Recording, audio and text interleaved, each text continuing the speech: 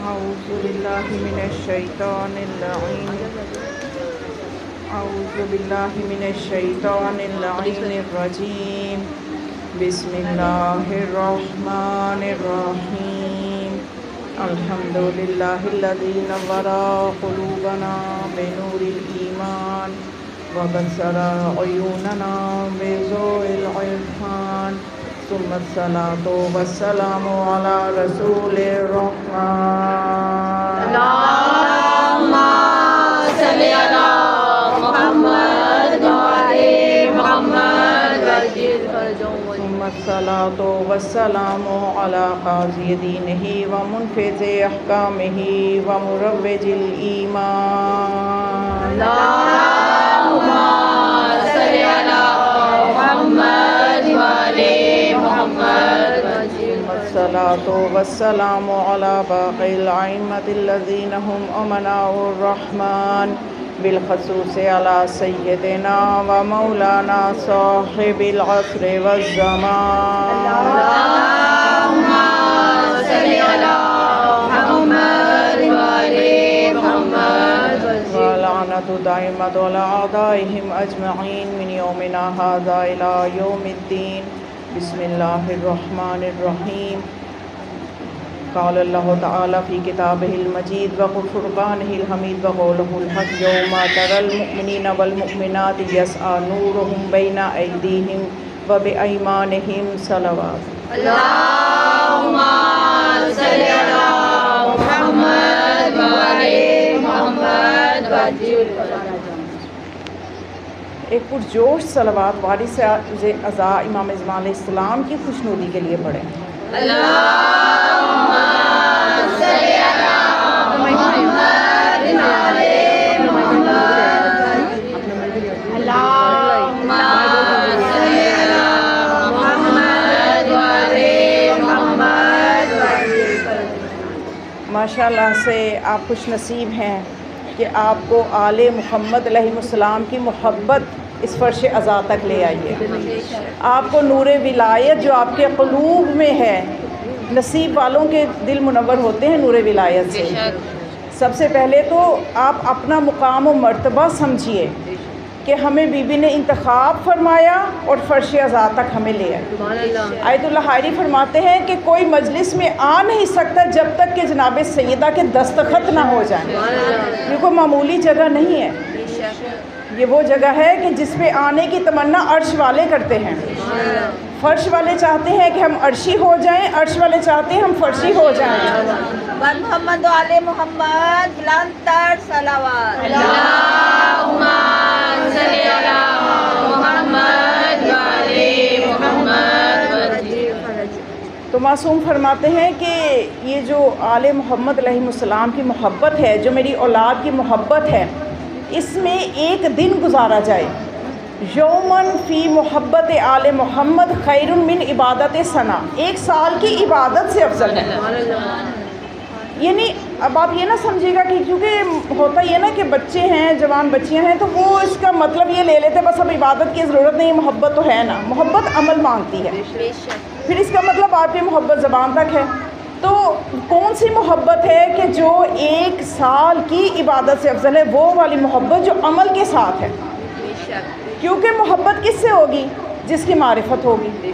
جب معرفت ہوگی تو پھر عمل بھی ہوگا موسم فرماتے ہیں لا معرفت الا بعمل معرفت عمل کے بغیر کچھ بھی نہیں ہے اگر عمل نہیں ہے تو معرفت صرف اگر آپ کہہ رہے ہیں ہمیں معرفت ہے تو یہ آپ کی زبان تک ہے تو یہ محبت جو ہے اس میں گزارا ہوا ایک دن ایک سال کی عبادت سے افضل ہو جاتا ہے جب ہم معرفت کے ساتھ وہ دن گزارتے ہیں پھر معصوم فرماتے ہیں لقد من اللہ علیہ اس شخص پہ اللہ نے احسان کر دیا کہ جس کو ہماری محبت پہ خدا فرماتے ہیں جس کو محمد والے محمد کی محبت مل گئی تو اس پہ اللہ کا احسان یہ ہو گیا کہ اس میں تمام کا تمام خیر جمع ہو جاتا ہے جس بندے کو اس گھرانے سے محبت ہو جاتی ہے اس کے اندر سارے کا سارا خیر جمع ہو جاتا ہے اس کے اندر کسی قسم کی برائی نہیں رہتی کوئی نقص نہیں رہتا کیوں اس لیے کہ وہ ایسی ہستیوں سے جڑ جاتا ہے جن میں کوئی عیب نہیں ہے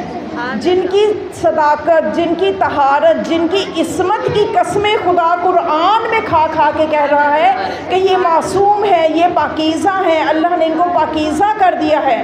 انما یرید اللہ لیذھب عنکم الرجس، کہ جن سے ہر رجس کو دور رکھا ہے۔ تو جب انسان اتنی پاکیزہ ہستیوں سے جڑ جاتا ہے تو اس کے اندر کیسے کوئی نقص ہو سکتا ہے، اس کے خود کے اندر کیسے کوئی نجاست ہو سکتی ہے۔ جس طرح سے قرآن کے بارے میں خدا کہتے ہیں لا یمسہ الا المطہرون، اس سے صرف مطہر ہی چھو سکتے ہیں۔ قرآن صامت کا یہ مقام ہے تو قرآن ناطق کا کیا مقام ہوگا؟ قرآن ناطق سے محمد و آل محمد بلند تر صلوات۔ اللہم صلی علی محمد و آل محمد۔ بس دنیا کو اصل میں اس گھرانے کی معرفت نہیں ہو سکتی، یعنی اس طرح سے شیطان نے ان کے اوپر، ان کی عقلوں پہ ایسے پردے ڈال دیے کہ پھر خدا نے بھی قرآن میں بتا دیا کہ ان کے تو دلوں پہ مہریں ہیں، ان کے دلوں پہ مہریں لگ چکی ہیں۔ جتنا مرضی بھی ان کو سمجھا لو، جن کے اندر تھوڑی سی بھی موجود ہوتی ہے روشنی، اللہ اس کو کھینچ کے نور کی طرف لے آتا ہے، لیکن جن کے دلوں پہ، دماغوں پہ مہریں لگ چکی ہیں ان کو کوئی فائدہ نہیں ہے سمجھانے کا۔ تو آج بھی آپ دیکھ لیں جن لوگوں کے دل اس قابل ہیں، ظرف اس قابل ہیں، وہ کھچ کھچ کے اس طرف آ رہے ہیں، اس ذکر کی طرف آ رہے ہیں، چاہے ان کے اندر انہیں کوئی دلیل ان کی سمجھ میں آ جائے۔ بہت عجیب عجیب چیزیں سامنے آ رہی ہیں، ایسی روایات، ایسے واقعات سامنے آ رہے ہیں کہ انسان حیران ہوتا ہے کہ ان ہستیوں کو 1400 سال سے جو نہیں سمجھا گیا، تو آج کا جو دور ہے، اس دور میں اللہ نے ایک مہلت دی ہے، ایک حجت تمام کی ہے کہ آج سوشل میڈیا کے ذریعے سے سب کچھ سب کے سامنے ہے، دلائل سب کے سامنے ہیں، روشن واضح دلائل سب کے سامنے ہیں۔ اب تو بہت مشکل نہیں ہے کہ آپ حقیقت کے راستے پہ جانا چاہیں تو آپ کو کوئی مشکلات ہوں یا استاد ڈھونڈنا پڑے، آپ علم کا خزانہ جو ہے وہ موجود ہے۔ آپ چاہیں تھوڑا وقت نکالیں، مطالعہ کریں تو حق تک پہنچ سکتے ہیں، کہ کوئی بندہ کہہ نہیں سکتا کہ میرے پاس تو راستہ نہیں تھا حق کی طرف جانے کا۔ تو لوگ اس طرف آ رہے ہیں، کس چیز کو لے کے آ رہے ہیں کہ ایک جگہ ایک فلسطین کے ایک عالم وہ شیعہ ہوئے، کس چیز کی وجہ سے شیعہ ہوئے؟ وہ اس لیے شیعہ ہوئے کہ انہوں نے یہ کہا کہ بہت بڑے وہ PhD فلاسفر تھے وہ فلسطین کے، تو وہ اس لیے شیعہ ہوئے، کہنے جب میں نے مطالعہ کیا ہے اہل البیت کی تاریخ کا تو میں نے ان کی مظلومیت کو دیکھ کے اس طرف آیا ہوں، ان کی مظلومیت مجھے اس طرف لے آئی ہے کہ یہ کیسی عظیم ہستیاں ہیں، اور ان کی مظلومیت کہ اتنا ظلم کسی پہ تاریخ میں نہیں ہوا، اور یہ اتنا ان کا مقام بلند ہے اور ان کے اوپر اتنا ظلم ہوا ہے۔ کوئی کسی چیز کی طرف سے متاثر ہو کے کوئی نہج البلاغہ کے کسی ایک فرمان کو پڑھ لیتے ہیں تو وہ مکتب تشیع کی طرف آ جاتا ہے۔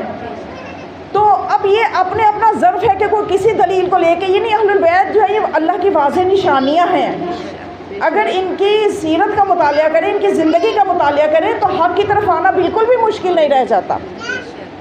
تو اس لیے خدا فرماتا ہے سورہ حدید قرآن مجید کا 57 نمبر سورہ ہے، اس میں بڑا اچھا نقشہ ایک کھینچا گیا، اور میں نے یہ سوچا کہ آج کی مجلس میں وہ آپ، کیونکہ ہم قرآن بہت کم کھولتے ہیں، تو چلیں مولا کے صدقے اس فرش عزا پہ آئے ہیں تو کچھ چیزیں میں چاہتی ہوں کہ میں آپ کے سامنے بیان کروں کہ ہمیں سمجھ میں آئے کہ اس دنیا میں تو جو ہمیں برکتیں ان کے در سے مل رہی ہیں، آخرت میں اللہ نے ہمارے لیے کیا کچھ رکھا ہے۔ ہم کبھی قرآن صلی علی محمد و آل محمد وجل فرجهم اجمعین بارے دیگر صلوات اللہم صلی علی محمد و آل محمد وجل فرجهم۔ جو اس طرف آ جاتا ہے دنیا میں تو وہ فیض یاب ہوتا ہی ہے، لیکن آخرت میں بھی قرآن کا بھی پڑھا کریں تو سمجھ میں آئے، نہ کہ مزید آپ کے اندر نورانیت آئے، مزید آل محمد سمجھ میں آئیں گے، کیونکہ یہ قرآن کے ساتھ ہے، قرآن ان کے ساتھ ہے۔ تو سورہ حدید پہلے عددی معجزہ آپ سنیے کہ کیا ہے قرآن کا۔ عددی معجزہ یہ ہے کہ سورہ حدید قرآن کا 57 نمبر سورہ ہے۔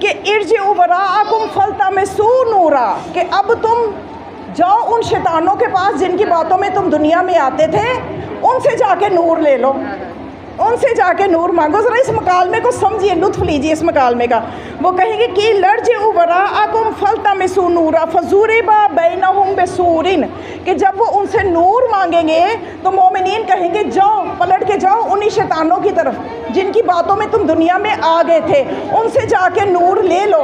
پھر خدا فرماتا ہے کہ ان کے درمیان اور مومنین کے درمیان، یعنی منافقین اور مومنین کے درمیان اللہ ایک دروازہ قائم کر دے گا، ایک پردہ ڈال دے گا، کہ اس پردے میں ہوگا کیا؟ لہو باب باطنہ فیہ الرحمۃ ظاہرہ من قبلہ العذاب، کہ اس دروازے کی ایک طرف رحمت ہوگی، ایک طرف عذاب ہوگا۔ مومنین رحمت میں ہوں گے اور منافقین عذاب میں ہوں گے۔ اب جب وہ، آپ اس کی مثال یہی سمجھ لیجئے کہ شدید گرمی کے موسم میں اے سی لگا ہو، اس کے اندر کی کیا صورتحال ہے اور اس کے باہر کی کیا صورت ہے۔ یہ تو معمولی دنیا کی مثال ہے، لیکن آخرت میں ہم اس کو قیاس نہیں کر سکتے۔ نہ آخرت کی نعمتوں کی ہمیں سمجھ آ سکتی ہے، نہ آخرت کی سزاؤں کی ہمیں اس دنیا میں سمجھ آ سکتی ہے۔ یہ تو میں آپ کو ایک مثال دے رہی ہوں کہ یہاں پہ اگر کوئی چل اے سی میں بیٹھا ہو اور نکل کے باہر جانا ہو تو اے سی کی بیک سائڈ سے جو گرمی نکلتی ہے اس میں اس کو بٹھا دیا جائے، تو یہ ایک معمولی سی مثال تھوڑا سمجھانے کے لیے خدا فرماتا ہے کہ ایک طرف رحمت ہوگی، ایک طرف عذاب ہوگا۔ اب یہ جو منافق ہیں پھر یہ مومنین سے ایک بات دوبارہ کہیں گے، الم نکم معکم، کیا ہم دنیا میں تمہارے ساتھ نہیں تھے؟ دنیا میں تو ہمارے ساتھ ہی اٹھتے بیٹھتے تھے نا، دنیا میں تو رسول کے ساتھ ہی اٹھتے بیٹھتے تھے، دنیا میں تو آل محمد کے ساتھ ہی اٹھتے بیٹھتے تھے، ان کے معجزے بھی دیکھتے تھے، واہ واہ بھی کرتے تھے، لیکن باہر جا کے کہتے تھے ہمیں تو لگتا ہے انہوں نے جادو کیا۔ اہل بیت کے دشمنوں پہ لعنت، علی کے منکروں پہ لعنت، لعنت، حضور نعرہ نعرہ حیدری، حیدری، حیدری، پر محمد و آل محمد صلوات، اللہم صلی علی محمد و آل محمد۔ یہ تھوڑا سا نقشہ سورہ حدید سے، تو اسی طرح سے ایک نقشہ ہمیں سورہ انشقاق میں بھی ملتا ہے۔ آج قرآن سن لینا ذرا اس مجلس کے صدقے سے، بہت کم پڑھا جاتا ہے۔ قرآن علی کے ساتھ ہے، علی قرآن کے ساتھ ہے، پتہ نہیں ہم کتنے قرآن کے ساتھ ہیں۔ یہ سن کے تو 4 نعرے بھی لگ جاتے ہیں، علی القرآن والقرآن و علی، بھائی علی تو تھے قرآن کے ساتھ، قرآن بھی علی کے ساتھ ہی تھا۔ اب یہ دیکھو کہ ہم قرآن کے ساتھ کتنے ہیں۔ ہمارے تو گھروں میں قرآن پہ غلاف چڑھے ہوئے ہیں بڑے پیارے پیارے سے، اور انہیں دور دور سے کبھی زیارت بھی شاید ہم نہیں کرتے۔ خدا نے تو بندوں کو موٹیویٹ کرنے کے لیے یہاں تک فرمایا کہ میرے بندوں اس کو دیکھنا بھی عبادت ہے، کھول کے دیکھ ہی لیا کرو۔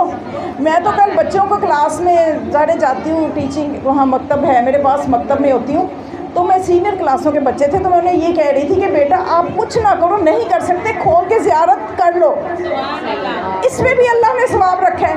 اب ہماری غفلت کا یہ عالم ہے کہ ہم کھول کے زیارت تک اس کی ہم نہیں کر سکتے، کھولتے نہیں۔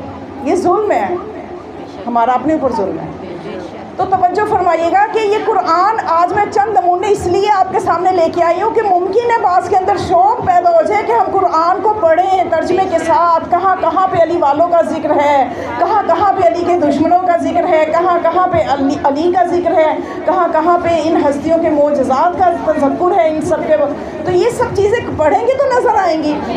تو اب میں چاہتی چند اور آیات آپ کے سامنے سورہ انشقاق سے پیش کرنا چاہوں کہ وہاں پہ خدا کیا نقشہ کھینچ رہا ہے۔ صلوات پڑھیں ذرا ایک بار۔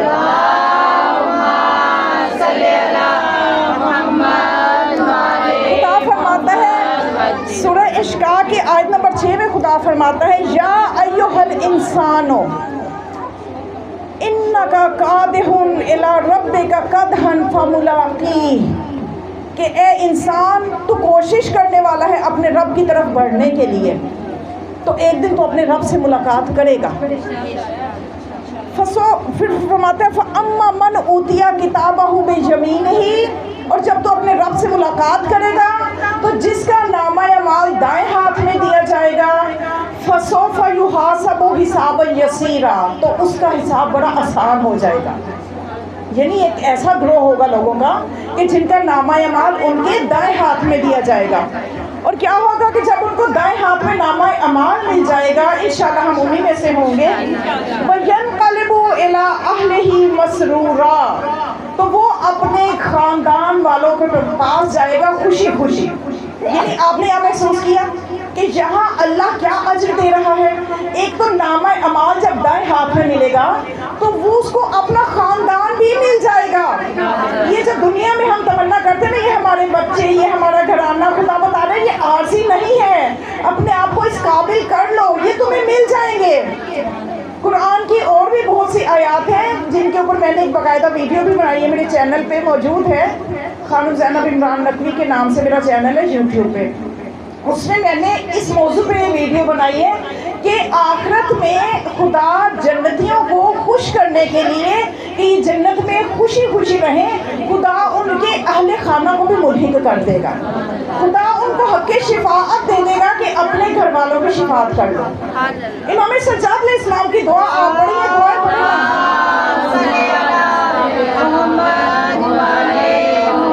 اس میں جو والدین کے حق میں دعا ہے اس میں مولا کے جملے موجود ہیں۔ مومنات یہ خزانے ہیں، قرآن خزانہ ہے، امام سجاد علیہ السلام کی دعائیں ہمارے لیے خزانہ ہے۔ افسوس صرف اس بات کا کہ ہم توجہ نہیں کرتے۔ آج اگر میں کہیں سے کوئی لباس اٹھا کے لے آؤں نا کہ یہ میں مصر سے لائی ہوں، وہاں کے عجائب گھر میں تھا، وہاں کی جو تھی چیزیں کلیکشن، اس میں نا یہ امام سجاد علیہ السلام کا لباس وہاں پہ تھا تو میں وہاں سے لے کے آئی ہوں، تو ہم سب اس کے اوپر جھک پڑیں گے کہ ہمیں ایک دھاگا ہی مل جائے، پاگل ہو جائیں گے ہم کہ ہمیں ایک دھاگا ہی مل جائے۔ لیکن جو امام کا کلام ہمارے درمیان موجود ہے اس سے ہمارا کوئی تعصب نہیں ہے۔ امام ان دعاؤں میں کتنے ہمیں خزانے ہیں، کتنی ہمیں برکتیں ہیں، کتنے ہمیں آسانی کے راستے بتا رہے ہیں، کتنے ہمیں دنیا کی مشکلات دور کرنے کے طریقے بتا رہے ہیں۔ ہمارا کوئی تعلق نہیں ہے، ہم کبھی صحیفہ کاملہ کی دعاؤں کو اپنا ورد نہیں بناتے۔ حقوق، رسالت الحقوق، امام کا کلام ہمارے درمیان موجود ہے، لیکن ہم کوئی فائدہ نہیں اٹھا رہے۔ ہم اس کو کبھی شاید کہ خرید کے گھروں میں بھی نہیں رکھا ہوا۔ قرآن تو چلو گھروں میں موجود ہے نا، یہ گھروں میں کچھ موجود بھی نہیں ہوگا۔ تو بہرحال میں بتا رہی تھی کہ یہ قرآن کی اس آیت پہ، کیونکہ قرآن سے یہ جدا نہیں ہے، ان کا کلام قرآن کی تشریح ہے۔ اب خدا کہتے ہیں يَنْقَلِبُ إِلَىٰ أَهْلِهِ مَسْرُورًا، وہ خوشی خوشی اپنے گھر والوں سے مل جائے گا۔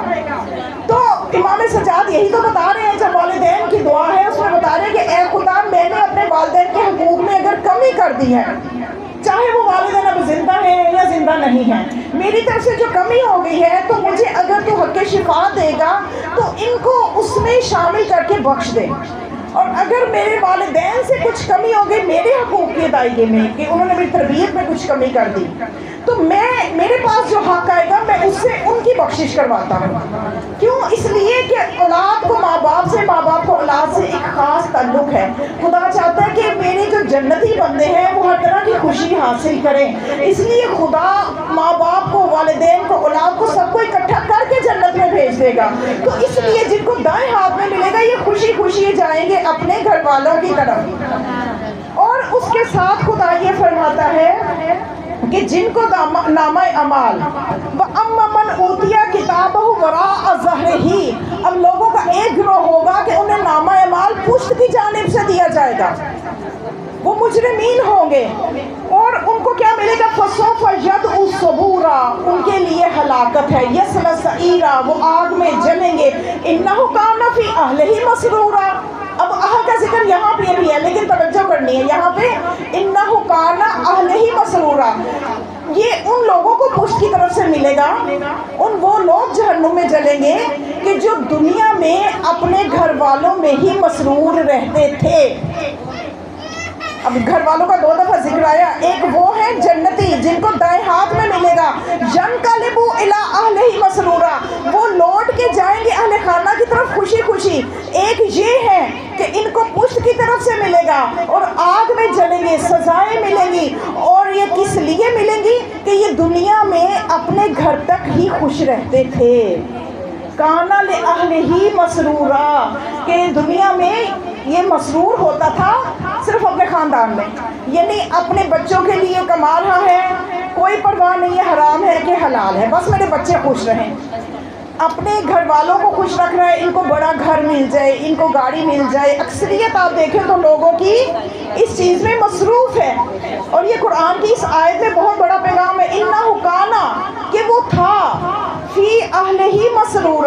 صرف اپنے گھر والوں میں خوش رہنے والا کہ بس اسے خدا کی پرواہ نہیں ہے خدا خوش ہو رہے یا نہیں، یا امام میرے اس عمل سے راضی ہیں یا نہیں، بس گھر والے خوش ہیں تو وہ خوش ہے۔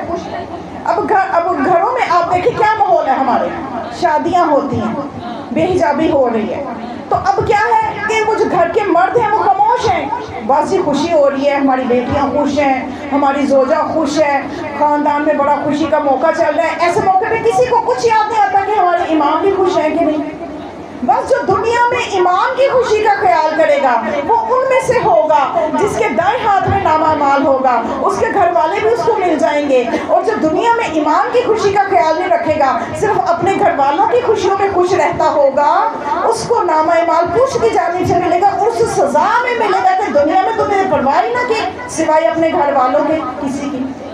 تو یہ بہت بڑا درس ہے قرآن کی، یہ آیات ہماری آنکھیں کھولنے کے لیے کافی ہیں، کیونکہ مومنات یہ دنیا تو ہمیشہ نہیں رہنی، اور ہم اس دنیا کی چند لمحوں کے لیے ہم آخرت کی جو دائمی زندگی ہے، خدا بار بار فرماتا ہے آخرت کو کبھی دنیا کے بدلے نہ بیچنا۔ تو مولا کیا فرماتے ہیں، مولا کائنات امیر المؤمنین علی بن ابی طالب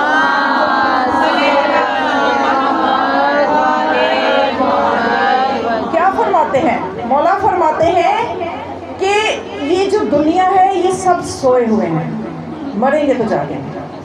ہم کہہ رہے ہیں ہم جاگ رہے ہیں، مولا کہتے ہیں نہیں تم سوئے ہوئے ہو، جاگنا تب ہے، آنکھیں تب کھلیں گی، پردے تب ہٹیں گے۔ تو یہ دنیا جو ہے یہ رہنے کی جگہ نہیں ہے، یہ ایک پل ہے، پل، اس کو کہیں بھی رہنے کی جگہ نہیں کہا، نہ قرآن نے نہ معصومین نے۔ یہاں سے صرف گزر جانا ہے، پل کے اوپر کوئی گھر نہیں بناتا، یہ ایک راستہ ہے، گزرگاہ ہے۔ کبھی سڑک پہ کوئی گھر بناتے نہیں بناتے، کیونکہ گزرگاہ ہے۔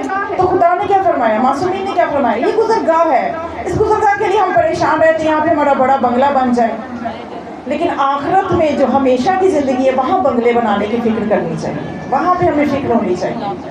تو یہ قرآن کا عددی معجزہ دیکھیے کہ سورہ حدید جو ہے 57، یعنی جب اس کو آپ جمع کریں گے تو 12 بنے گا، اور 12 نمبر آیت میں مومنین کے لیے بشارت موجود ہے۔ مومن ہوتا ہی وہ ہے جو 12 کا ماننے والا ہوتا ہے۔ اور اسی طرح سے سورہ یاسین پہ آ جائیے، قرآن کے عددی معجزوں پہ بھی غور کیا کریں۔ قرآن بہت زیادہ دلچسپ کتاب ہے، اس سے بڑھ کے کوئی دنیا کی کتاب دلچسپ نہیں ہو سکتی۔ دیکھیے یہ قیامت تک کے لیے اس کے پیغام تازے ہیں، یہ زندہ کتاب ہے اس کا، کیونکہ اس کا رائٹر، اس کا جو کلام جو اس کتاب پر نازل کرنے والا ہے وہ زندہ ہے۔ تو جب انسان دنیا سے چلا جاتا ہے اس کی کتاب کی وہ ویلیو نہیں رہتی، لیکن جو زندہ ہوتا ہے اس کی کتاب خدا حی ہے، ہمیشہ ہمیشہ رہے گا، یہ زندہ کا زندہ کلام ہے۔ تو سورہ یاسین میں اللہ اکبر، نعرہ رسالت یا رسول اللہ، نعرہ حیدری یا حیدری یا پر محمد و آل محمد بلندتر صلوات، اللہم صلی علی محمد۔ قرآن کے چند عددی معجزے میں چاہتی تھی آپ کو میں بتاؤں تاکہ اس کے عدد میں بھی خدا نے راز رکھے ہوئے ہیں کہ سورہ یاسین کتنے نمبر کا سورہ ہے، 36 نمبر، 3 اور 6 کو جمع کریں 9، جناب سیدہ کا عدد، جناب سیدہ فاطمہ زہرا سلام اللہ علیہا کا عدد ہے 9۔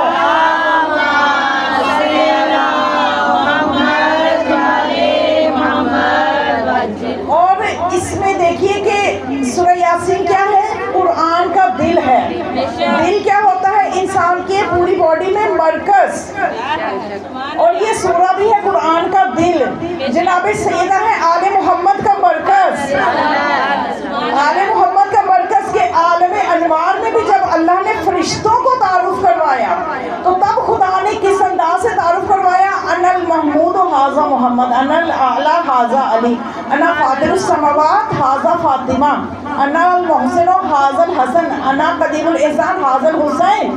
لیکن دنیا میں جب دوبارہ تعارف کی ضرورت محسوس ہوئی، جب جبرائیل نے کہا یا رب ومن تحت الکساء، تو خدا نے اپنے کو ہٹایا، جناب سیدہ کو تعارف کا مرکز بناتے ہوئے فرمایا ہم فاطمہ تو و ابوہا و بالہا و بنوہا۔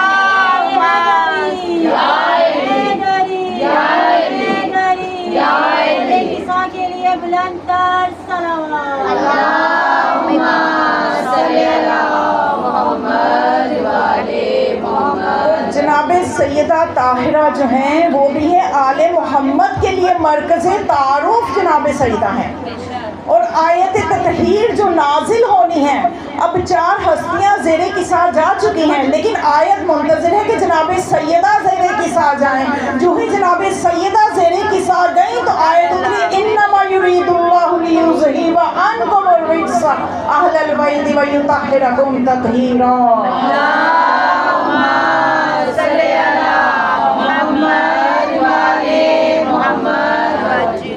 درود جب بھی پڑھیں محبت کے ساتھ پڑھا کریں، یہ سوچ کے پڑھا کریں کن ہستیوں پہ ہم صلوات بھیج رہے ہیں کہ جن پہ خدا صلوات بھیج رہے ہیں، جن پہ فرشتے بھیج رہے ہیں، اور خدا ہمارے ساتھ درود بھیجنے میں شامل ہو جاتا ہے.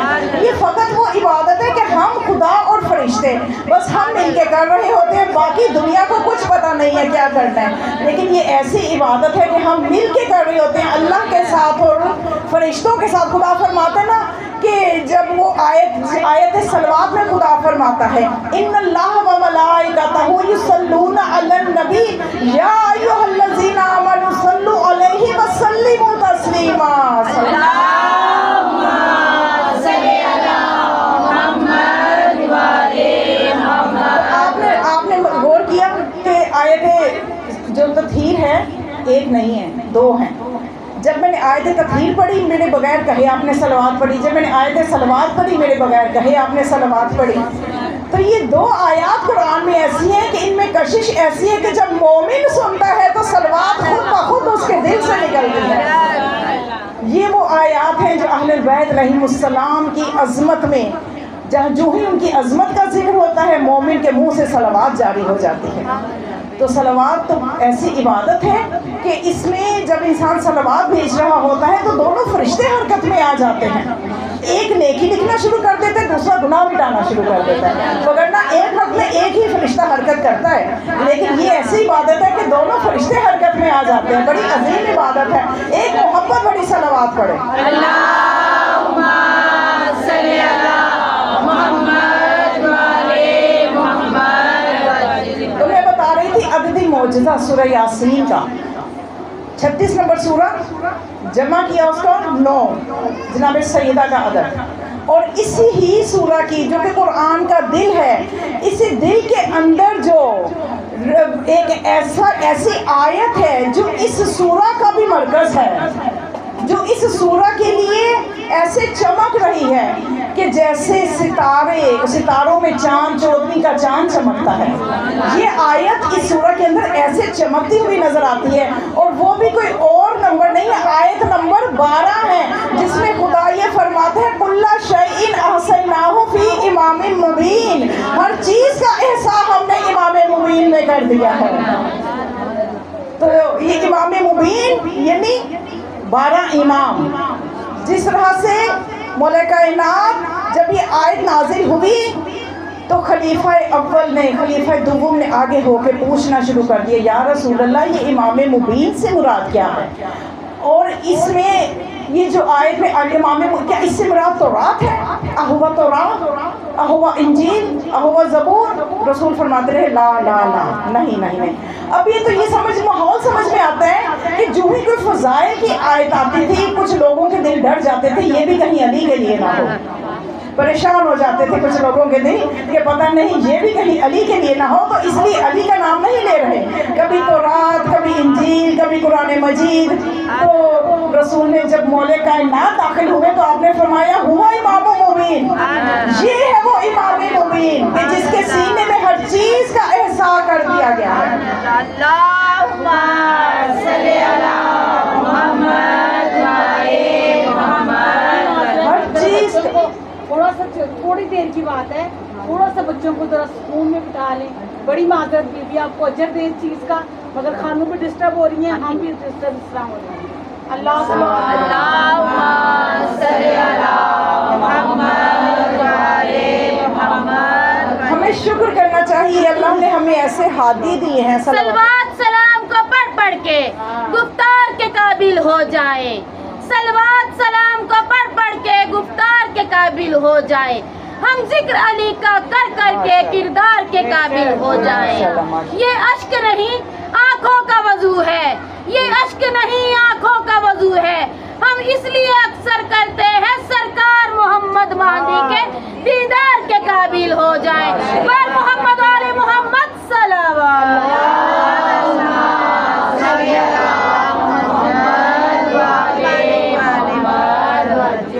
تو ہمیں معرفت ہونی چاہیے کہ اللہ نے ہمیں ایسے ہادی دیے ہیں کہ جو دنیا والوں سے بے نیاز نظر آتے ہیں.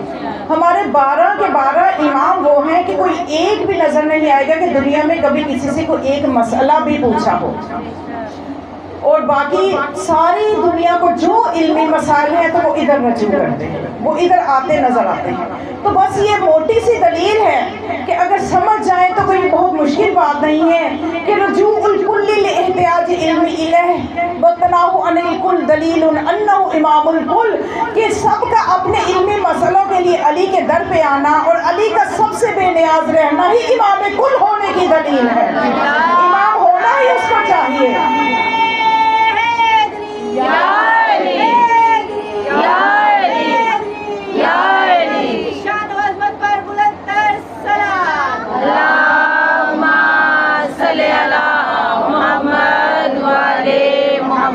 جب بھی کوئی ایسی آیت آتی تھی تو وہاں مدینے کے لوگوں میں آپ کے قریبی جو صحابہ تھے جن کو کہا جاتا ہے کن نجوم, صحابہ نجوم کی طرح ہیں, تو ان نجوم میں مسئلہ ہو جاتا تھا کہ پتہ نہیں اب یہ بھی علی کے لیے ہی نہ ہو. یوم ندعو کل اناس بامامہم, ہم قیامت کے دن ہر ایک کو امام کے ساتھ اٹھائیں گے.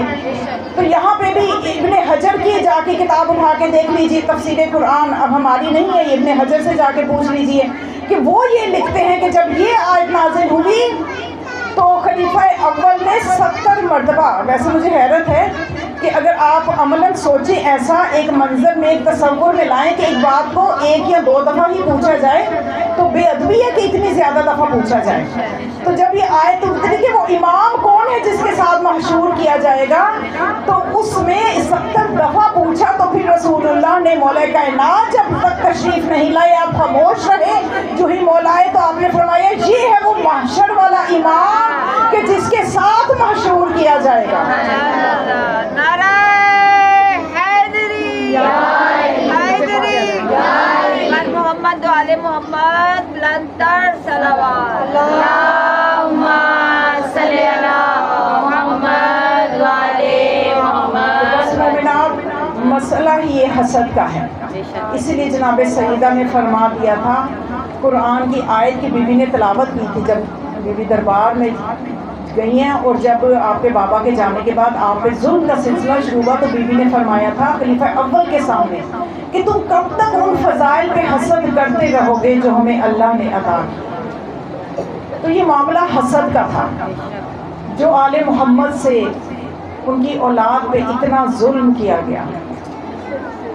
مولا حسین کیا مدینے کے لوگوں نے نہیں دیکھا تھا؟ ابھی تو کوئی زیادہ پرانی بات نہیں, کوئی صدیاں تو نہیں گزری تھی نا. 10 ہجری میں رسول دنیا سے گئے ہیں اور 50 سال کا عرصہ کوئی بہت زیادہ نہیں ہوتا کہ نوبت یہاں تک پہنچ جائے کہ وہ حسین جس کو رسول کندھوں پہ سوار کریں اور دنیا کو بتائیں, وہ حسین جو ذرا ابا کا دامن الجھے تو رسول خطبہ چھوڑ کے حسین کو گود میں بٹھائیں اور تعارف کروائیں, اور جگہ جگہ پہ اپنے نواسوں کا تعارف کروا رہے ہیں.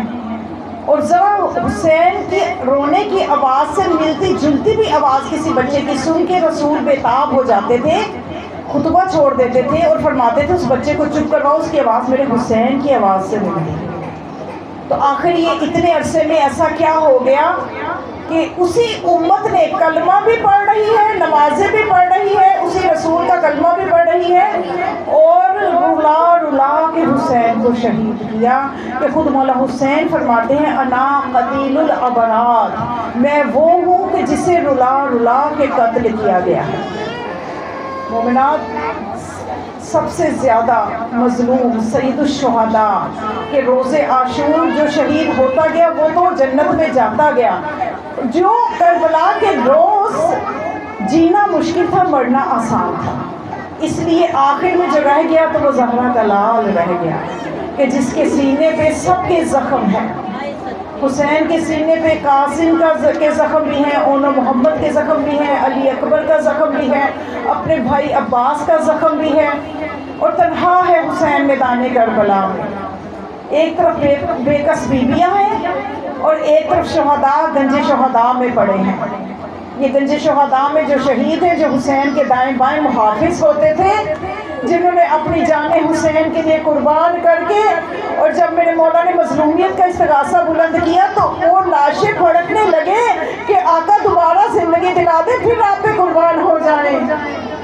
سارا حسین کا خزانہ اب خالی ہے اور اب حسین تنہا ہو گئے ہیں. لیکن حسین کے اس مشن کو بچانے والی وہ بہن زینب اگر کربلا میں نہ ہوتی تو انبیاء کی قربانیوں اور محنتوں کو بچانے والے رسول کی محنتوں کو بچانے والے حسین، اور حسین کی محنت کو بچانے والی زینب کبریٰ. لا الہ الا اللہ پہ جو شہید ہوئی وہ آسیہ زن فرعون تھی. محمد رسول اللہ پہ جو شہید ہوئی وہ سمیہ مادر عمار یاسر تھی.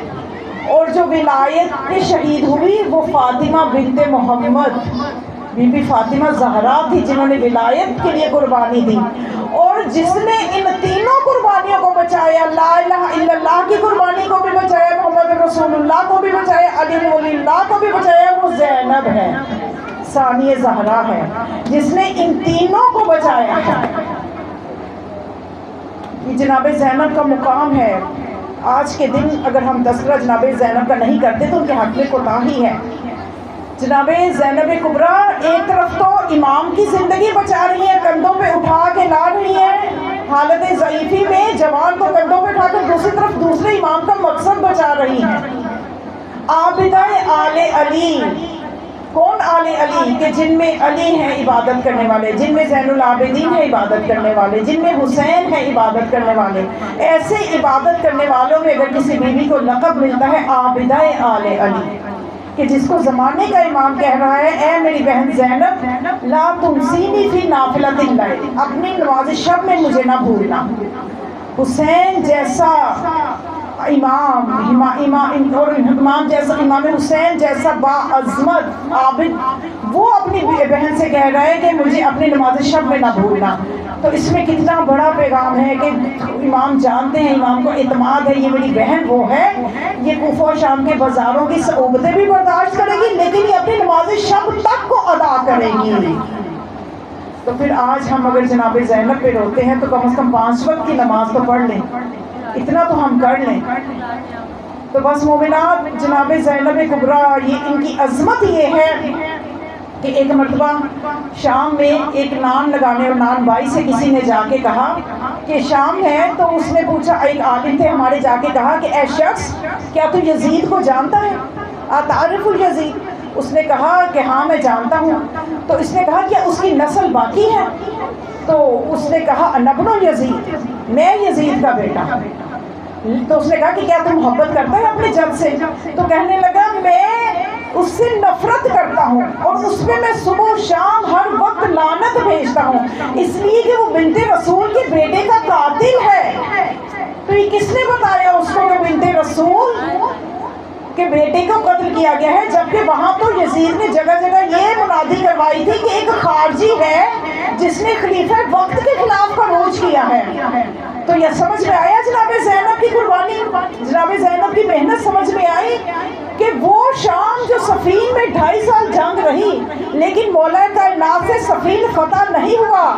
یا علی آپ کی بیٹی جو آپ کے لیے بھی زینت ہے، آگے دیکھیے آپ کی بیٹی کے خطبوں نے تلوار کا کام کیا ہے کہ آج جب ہم شام جاتے ہیں تو داخل ہوتے ہی لکھا نظر آتا ہے سٹی آف سیدہ زینب، شام، فاتح شام کا شہر، فاتح شام بی بی کا شہر. تو یہ فاتح شام بی بی کہ اس نے شام کو فتح کیا کہ آج وہاں پہ شامیوں کو پتا ہے کہ حسین کون تھے. تو یہ جناب زینب کے خطبوں نے تلوار کا کام کیا ہے کہ یزید کے دربار میں کھڑے ہو کے جب یزید فخر سے کہہ کے لگا کے کہہ رہا تھا کہ اچھا ہوا کہ آپ کے مردوں کو اللہ نے قتل کیا اور آپ کو قیدی کیا، تو اس وقت بی بی نے فرمایا تھا